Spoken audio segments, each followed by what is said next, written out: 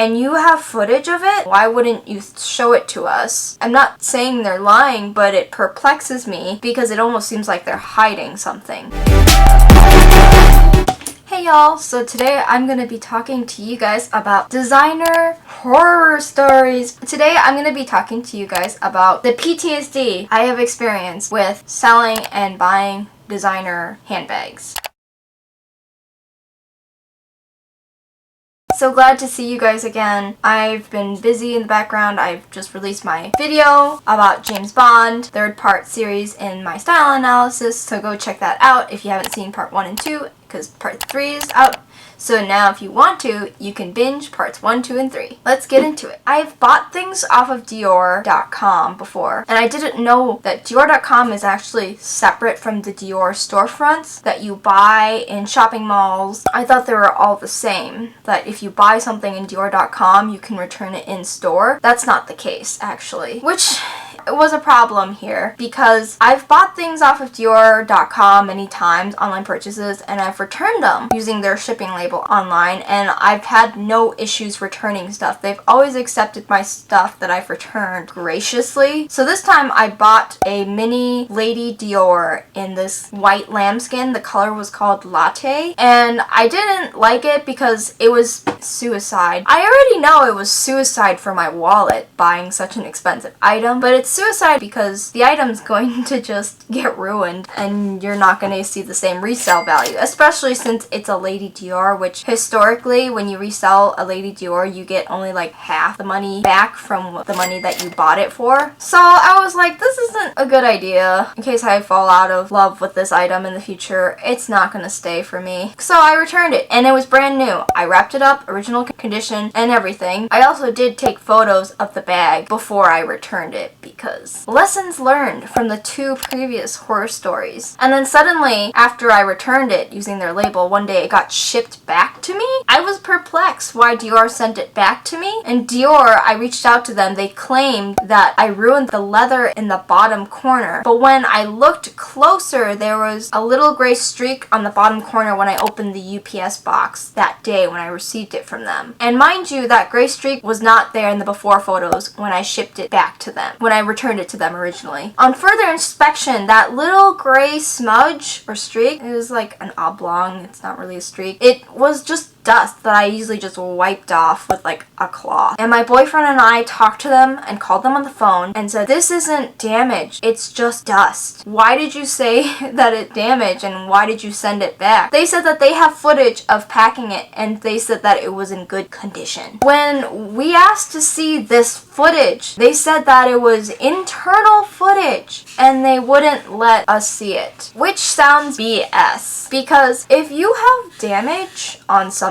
and you have footage of it, why wouldn't you show it to us? I'm not saying they're lying, but it perplexes me because it almost seems like they're hiding something. I also, on top of this, I emailed them with photos of the before condition and the after condition, which they sent it back to me and showed them that it's the same. There's no damage.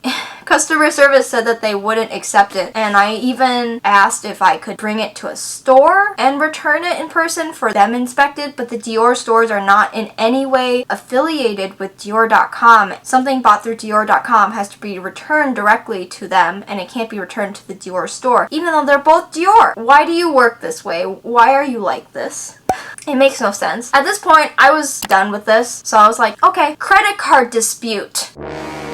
MasterCard was the credit card platform which I used to purchase it. Honestly, I wish I'd done Amex, but most of the Amex cards charge an annual fee, which is why I don't have an Amex. At times like this, I really wish I had an Amex. It is because of this incident with Dior.com that I no longer use MasterCard for my primary purchases, because filing a credit card dispute with them was so difficult. They requested receipts and they also requested proof of my contact with the merchant, so I told them that I called them and I also sent them screenshots of my email exchanges with them. And after this, I called customer service throughout this whole dispute process multiple times, and then they said that they needed a third-party statement from an expert in the field stating that Dior was wrong in not refunding me when the item was in good condition and that the bag should have been refunded. And it's like, where am I going to get someone who does this? Like, why do I need a third-party statement from someone who's gonna say this when I showed you the photos from the before condition and the after condition showing that Dior wasn't right and I was returning the bag in the original condition and it should have been accepted because it's no different? Why can't you make your decision off of that? So I called customer service, and this lady, she was super nice. She said that you have literally everything you need. You just need this one third-party statement. If you can find someone to do it for you, then you should be golden. So I went out and I asked a lot of people, and I eventually settled on Authenticate One, who does statements and certifications. Gina was really nice. She did that.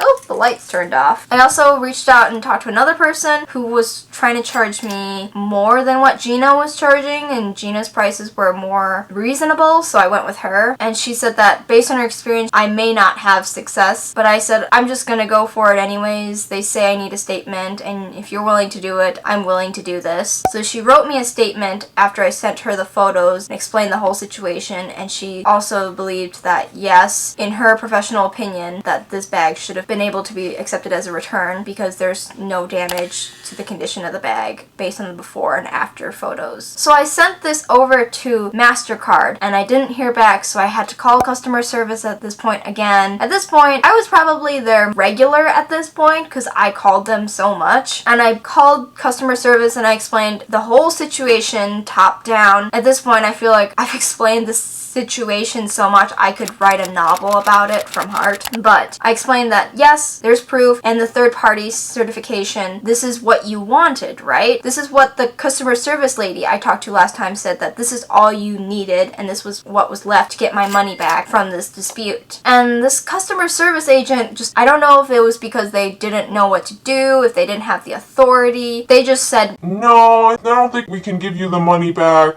or something like that. And then I had to keep pushing, and I was like, why? Because I did this, what else do you need? Because I already did everything that you asked. And I had to keep pushing and keep going up this chain of command, and they transferred me and they transferred me. I think I went through at least 2 people before they finally transferred me to this guy who, after taking 10 minutes to look through all of my stuff and explaining everything, at this point I feel like I sounded like a Karen because I was going up the chain of command and asking for more people, and I eventually got a manager.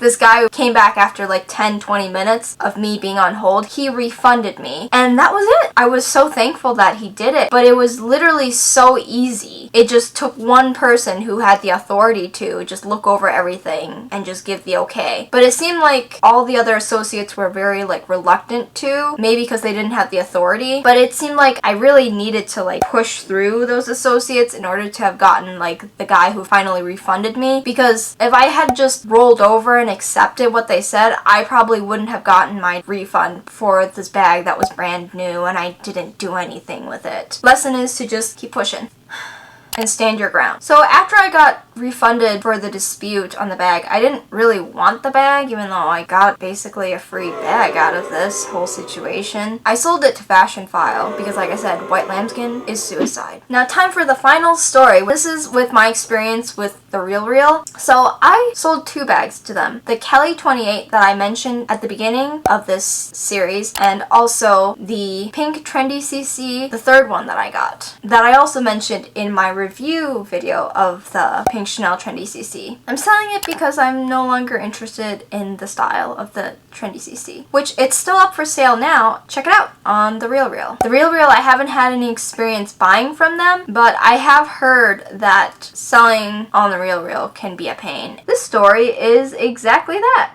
If you want the link for buying the pink trendy CC, it's in the description of my trendy CC review video, as well as in the description, if I can remember to put it there. This story is about the Kelly 28. I sent it in for pricing. I didn't hear from them for like 2 months. and then they sent it back. Would you imagine your bag being sent back from a major consignment dealer? You would expect that they know how to handle an item and package it properly, don't you? You would expect them to handle a vintage Hermes Kelly 28 that's 60 years old in box leather with great respect. Because not only is it an expensive designer handbag, it's also has heritage to it. This is how a normal Kelly looks. This is how they package my bag. Oh my god, I can't look.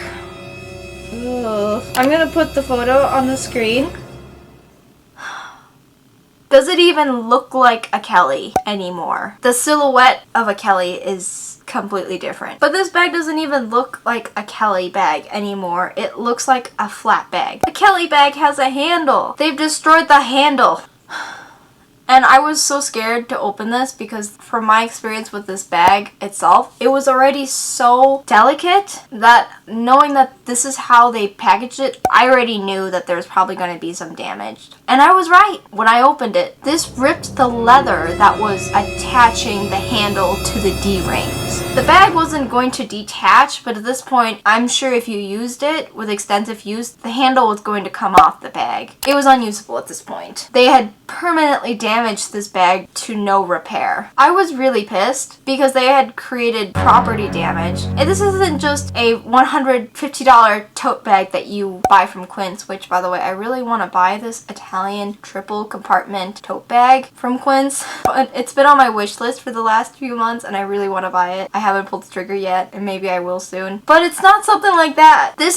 We're talking about an item that's worth thousands, and in some cases this bag can go up to $10,000, $15,000, the price of a new bag from Hermes. And this bag, they just willy-nilly wrapped the handle down. And the reason I speculate why they did this is because the handle was already loose on my vintage Kelly. It didn't stand perfectly straight. At some points it would tip backwards like this much. So it makes sense why they would just be like, whoop. But at the same point, for a luxury consignment company, you need to vet your staff and make sure they're doing their job properly, and their staff needs to understand that if a handle, even if it's tilted this much, you do not push it all the way down and fold it flat into the bag like that. That's incredibly irresponsible. And I was really pissed as well because this bag already had such bad resale value from the condition that them doing this really hurt the resale value and made it more unsellable than it already was for the amount. I mean, to be honest, I didn't think I was really going to get much for it, but now I was literally going to have to get near nothing for it compared to what I paid in order to sell this bag if I could get anything at all, because at this point it's just scrap almost without the handle. It's doesn't have the original leather anymore, so even if you replace the handle, I really don't know if anyone would want it. And it's not even worth the cost of replacing the handle because it's probably going to be a couple $100 and no one's going to want it. Which actually, I did reach out to leather surgeons and I asked them how much it would cost to replace and repair the handle, and they said it would be a one-off job and we could never fully replicate the quality of the original bag and Hermes. I want to say it was under $700. I don't remember how much the price they quoted me for was, or maybe it was under $500. I don't remember. But it wasn't too bad, but the cost that I would put in to replace the handle, I don't know if it really would have added more to the resale value or would have cost more than actually selling the bag in its terrible state. And the bag was already repainted when I bought it, so there's no way I could have sent it to Hermes to get it spa'd. I was really upset, so I had to contact the RealReal and tell them, look at what you did! You need to fix this. So the first time I emailed them, this guy named Rory, I showed him the before and after photos because thank God I took before photos of the handle in that area where it tore and it was not torn, just to show the before and after and be like, this is the before of this area and here's the after of this area after I unpacked it. You guys have torn it and this is how you guys packed it when I received it. This is evidence. I was also hinting to them that I would be advising legal counsel at this point. The guy told me that he would be conducting an internal investigation. To be honest, I don't even know if they really even did an internal investigation because I didn't hear anything back from him and then I had to reach out. And eventually they, of course, why am I not surprised the RealReal does this, they determined that it wasn't their fault and they weren't liable.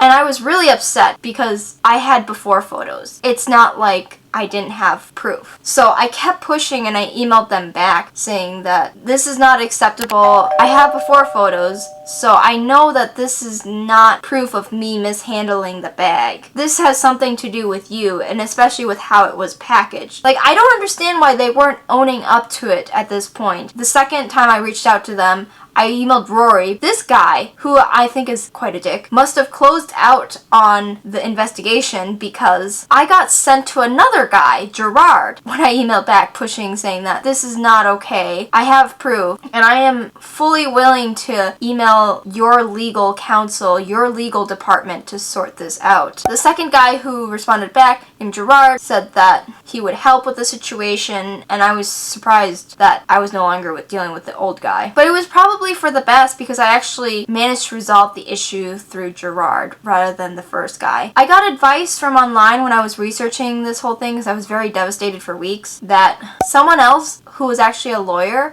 she got her money back because she read the fine print and sales consignment agreement and brought it up to their legal team. And some other people also said that they got success from emailing their CEO. The previous CEO has left now, so that email wasn't valid anymore, but the new CEO's name is posted, so I could probably still put in the new name of the CEO. Now, I never actually ended up getting that far, but I would have been fully prepared to do that if need be. A woman scorned, I would have let them feel my wrath.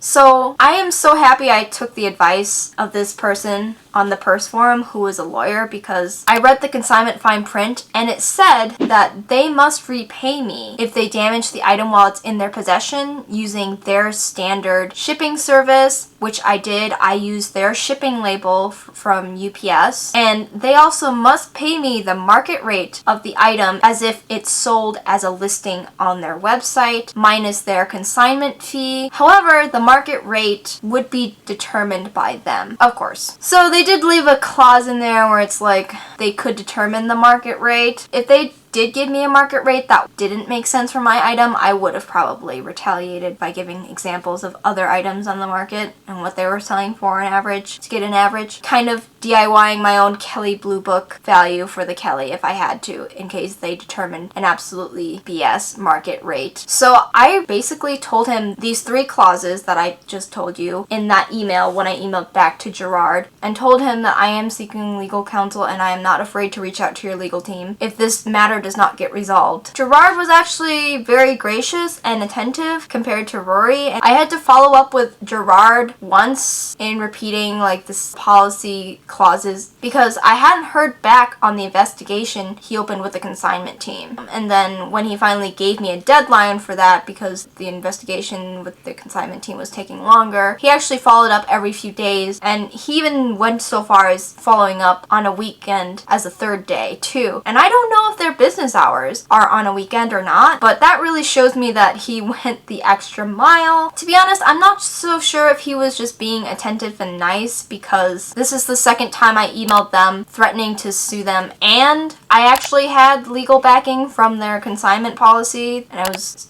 actually going to email their legal team, or if it was because he was better at his job than Rory and that he actually cared. It's hard to tell. It seems like he may have actually cared, because at one point he emailed me saying that he sincerely understands that they did wrong to my item and that he really wants to make it right. So as a way of determining the market rate clause of their policy, Gerard actually asked me for photos of receipts and where I bought it from. So if you remember at the beginning, I mentioned that I bought this bag off of Vestiare Collective. So I sent him a screenshot of my order total page, and this is where, like I said, the market rate that was explained in the consignment policy, which you can read it for yourself there. I was also willing to reach out to their legal team if nothing came out of this. I was on edge the entire time because I wasn't sure if they were going to give me my money back, and I was like willing to be stubborn until the end and reach out to their legal team, which the address for their legal team is actually written in their consignment policy fine print. So I don't remember which clause it is, but if you scroll down a certain amount, they they will write where their legal team address is, and you can actually send mail to them. And the person I was talking to on Purse Forum actually said that they sent a secured letter. Maybe it wasn't secured letter. I think they said they sent a certified mail. You pay an extra fee to make sure that the receiver receives it and the sender knows that it's been received, and they got their money back that way. But they weren't selling a bag, they were selling something else. So soon after I sent him the market rate photo of what I paid, he actually gave me a price of how much I would get after their commissions and fees are subtracted, and as if they were treating it as an actual listing. So they gave me a price of how much I would receive for the sold bag and the shipping label to return it. Because if you remember what I stated before, the consignment policy says that if they damage it, they have to treat it as an item that's been sold. So I was really happy that it was actually resolved, and I finally lit up my guard after that was processed. And I would totally give Gerard a 5 out of 5 for all fronts for going above and beyond, and he actually seems like he cared. I don't know if I really lucked out or not, because the first guy I dealt with was no help. He did help, but I don't really know if he did anything. I don't know if it's their reluctance to not do anything, but the Real just seems really bad. I don't think they really do the best in terms of consignment. So if you were ever trying to sell your item to someone, I would not sell to the Real. At this point, I already sold them my bag, the Trendy CC, so there's nothing at this point for me to do anymore, because after this whole situation with the Kelly 28 went down, I had already sold them my pink Trendy CC, so it's not like I could get it back. But my Trendy CC, I have thoroughly documented the condition on my channel, on my review video, as well as in my unboxing videos, so on this channel. So if you want to see what that bag is like, check out those videos on my channel, and it's available on the Real for sale as of this video recording. Maybe it's not in the future. I hope it's not still being sold in the future when you watch this, because I would really like to get rid of that bag and make someone else happy with it. My conclusion from today's luxury horror stories is that always record a photo or video when you're shipping something out to be sold or being returned to someone, like a retailer, and also taking photos and videos when you're unboxing the item for the first time, and make sure that footage is date stamped so there's clear evidence, so that you have it as proof in case anything goes awry. As you can see, it's gone awry for me 1, 2, 3, 4 times. I don't know if I've had bad luck or it's been good luck, because that last story there, I don't think I could have sold the bag had they not damaged it and then paid me for it, because I don't think I would have gotten the amount I'd gotten from it if they hadn't actually. But it also was a lot of stress, so maybe it's just a wash. But I am actually hoping I can use that money that I got from selling that bag on my Japan trip that is coming up in a month here. And maybe I'll get another bag with it, especially thrift shopping. They have a lot of really great used designer, and in the book I was reading, Japanese people are actually used to be, before Chinese people actually became the biggest market for designer luxury, Japanese people at one point, maybe in the 90s or 80s, were actually one of the biggest markets for designer goods. So lots of things there. Also, another life lesson, do not use Vestiare Collective ever. At least for bags, maybe for clothes. I bought a Burberry skirt from them a few years ago, and that was fine, easy peachy. But if I find myself start browsing on Vestiare Collective, I just shut her down and say nope. At this point, I also have so much bag trauma from online exchanges for designer bags now that it may actually keep me from buying another luxury bag in the future, with the exception of maybe the Chanel Diana, because I am now missing a small black bag from my collection. But if I'm going to Japan in a month, thrift shopping will be in person, which will avoid a lot of the issues that I encountered online with buying from Dior.com, Vestiare Collective, and The Real, which I like because then I can avoid all the horror stories that you've listened to today. If you loved this luxury horror story video, then give this video a like, and then go subscribe on our channel and turn the bell to get your notifications, because that really helps this channel. And my goal is to get this channel to at least 4 digits, but I'm hoping to do more. But first, I will need your support to get there. And once we get there, my goal is to let my subscribers pick a video topic, and then I can do that topic on this channel. And until next time, my name is Mimi.